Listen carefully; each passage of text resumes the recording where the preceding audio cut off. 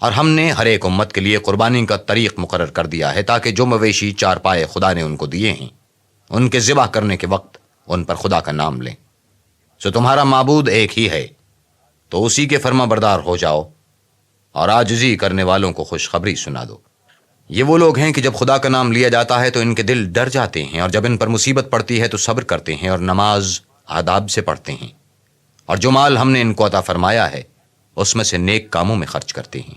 اور قربانی کے اونٹوں کو بھی ہم نے تمہارے لیے شعائر خدا مقرر کیا ہے، ان میں تمہارے لیے فائدے ہیں، تو قربانی کرنے کے وقت قطار باندھ کر ان پر خدا کا نام لو۔ جب پہلو کے بل گر پڑیں تو ان میں سے کھاؤ، اور قناعت سے بیٹھ رہنے والوں اور سوال کرنے والوں کو بھی کھلاؤ۔ اس طرح ہم نے ان کو تمہارے زیر فرمان کر دیا ہے تاکہ تم شکر کرو۔ خدا تک نہ ان کا گوشت پہنچتا ہے اور نہ خون، بلکہ اس تک تمہاری پرہیزگاری پہنچتی ہے۔